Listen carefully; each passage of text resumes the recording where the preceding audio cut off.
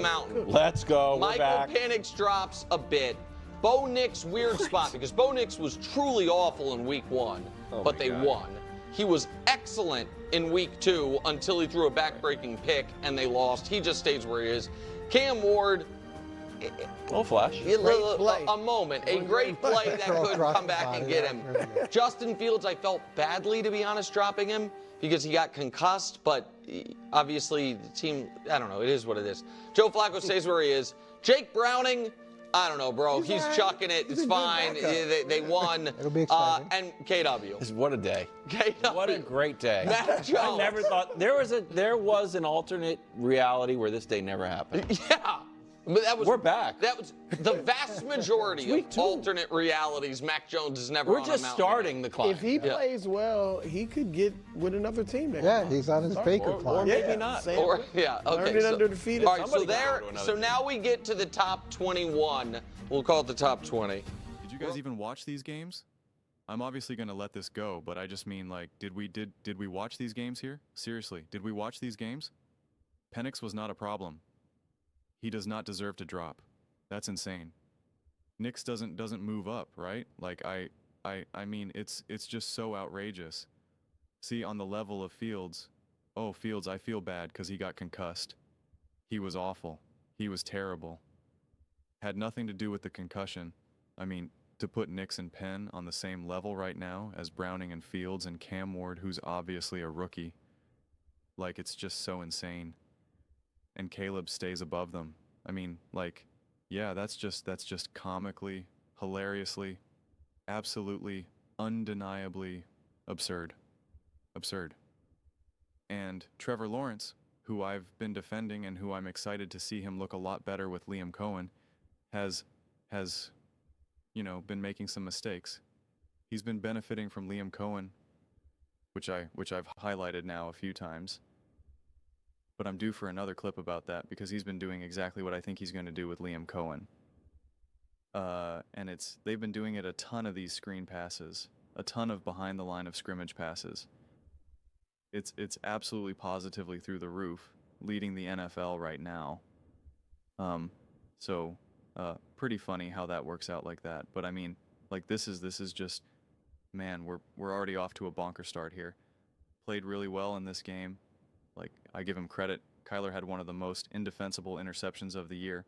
But aside from that, played well. Russ, obviously, despite Rex Ryan saying couldn't play dead in a Western, and they were doing wrong by the team by starting him. He then throws for almost 500 yards. He also had a bad pick at the end. Caleb and Trevor, mixed bag for both of them. Like, more of a mixed bag for Trevor, to be honest. More highs and more lows. Caleb was just okay, but I can't drop them down where they are. They are where they are, to the top 15. CJ hanging on to a top 15 spot, but barely at the moment. Jaden hasn't been bad this year. He's not been great yet, though, and I'm now, you know, worried about his health. He drops a bit. Geno obviously has to drop. He had 3 picks, one of the worst games of his life. Listen, I think it is short-lived, and I'm sad Greg Jennings isn't here to be able to bask in it, but Daniel Jones, it reminds me a lot of Derek Carr and the Saints. Last year, start that take he's already shared before, and it was driving me crazy. That team got decimated by injuries. There was the first couple weeks then they all got decimated by injuries. Derek Carr himself, the O-line, I mean, like, it's just the take holds absolutely no weight. And it was with a coordinator who I think is actually pretty good, but still a young coordinator where Shane Steichen is an absolute established, great offensive mind in the NFL. No question about it. Has had success with multiple quarterbacks, great quarterbacks, and not so great quarterbacks. So comparing that to the Saints makes there's 0 sense for it. 0 cents. Starting 2-0 and setting offensive records. But it is what it is. It's a rich tapestry, and it's fluid.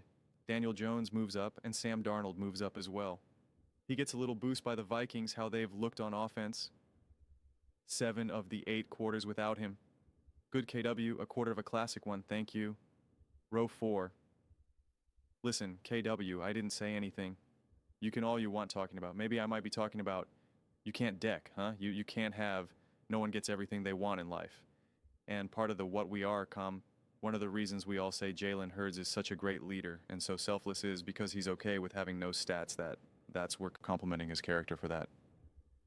That's true. One of the reasons it's selfless is because things like sliding down the mountain happen when you're averaging 100 red yards a game. It's just what it is, what it is. Jordan Love stays where he is. Jared Goff hangs a 50-piece without Ben Johnson. And Dax has been cooking all year, just to be totally clear. I think Dax has played great. Row 3, Baker. I wanted to move you higher, to be honest with you. I couldn't.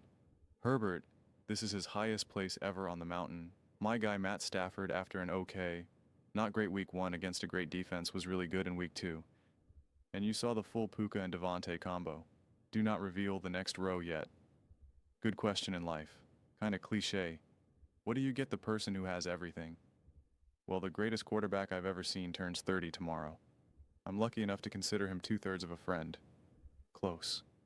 Not enough to where I think he'd lend me money, but enough that, you know what I mean? If I'm in town, I let him know. What could I get? Here's what I can get Patrick Mahomes. A hefty dose of motivation. Wow. For the first time in quite some time, reveal row 2. Patrick, not at the top of the mountain. Got a must-win game coming up against the Giants. Josh played well, but it's more about what Lamar did, and Josh's numbers just were, they didn't have to be. And Lamar's numbers have been so great. And top of the mountain's Lamar. And after that must-win game in week 3, Patrick, guess who you have coming to Kansas City? Oh, what? The guy ahead of you on the mountain, with a chance to reclaim your spot and remind everyone who the hell you are. But for the time being, Lamar Jackson, who is a couple votes away from potentially being, the leading candidate for a 3rd straight MVP at the moment, he is a top Mahomes mount. What a Wow. The truth is, the matter is that it should have been that little thing that he did last time. Because Mahomes isn't on Josh Allen's level at all right now. Not even close. It's really not. But Lamar Jackson, the way how this season's going, I think it's totally fitting for him to be number 1 up there. And then I would put Josh Allen, like I said, like right underneath him. But, putting Baker Mayfield on Justin Herbert's level and Stafford's level and above Hurts and Love and Goff and Dak, for that matter, is actually pretty outrageous. Baker should be dropped a level, and he's certainly not above Jaden Daniels. Having Jane Daniels on the level of Geno Smith is just an insult to everything related football. I mean, this is like trying to learn how to play football from playing Nintendo 64 NFL Blitz or something. It's just like, what are we doing here? That's just so absurd for so many different reasons that it becomes incomprehensible. Okay. To put Jane Daniels on that level, it's just outrageous. It's outrageous. And Jane Daniels has been dealing with a ton of pressure. Their O-line has not been very good, and he played hardly a perfect game against the Giants, but against the Packers, which is a great defense. They're struggling to run the ball. They're struggling to get anyone open. Like, it's not on Jaden Daniels, and it's the same thing with Jalen Hurts. Watch the games, okay? Jalen Hurts does not have open receivers to get the ball to them. That's not on Jalen Hurts. When A.J. Brown is running little 5-yard routes here, what do you want Jalen Hurts to be able to throw the ball for? 250 yards, 350 yards, and 19 touchdowns. Like, what are we talking about? It's absurd. And I already have a clip coming out breaking all of this down with some film from Dan Orlovsky. So definitely be on the lookout for that. But it's just absurd. And when Jalen Hurts needed to make a huge play, when he had 3 Kansas City Chiefs defenders in his face in an all-out blitz where Jalen Hurts could barely get the throw off, what does he do? He throws a pass to Devontae Smith that directly leads to the touchdown, which was a beautiful play, which people are now trying to be like, well, that was underthrown. It wasn't that good of a throw. It's like, what are you guys talking about? You have all lost your collective minds. It's just unbelievable. Like you got Patrick Mahomes overthrowing someone when he's got time in the pocket and a wide open receiver. Jalen Hurts is getting pummeled when an all-out blitz, hands in his face, can barely get the throw off, and throws a pass for Devontae that gets completed, and you're acting like it was just this terrible pass. Like it's just kind of funny to me. I mean, it really is. This man can't do anything that satisfies anyone. It's just man, it's absurd. It's absurd.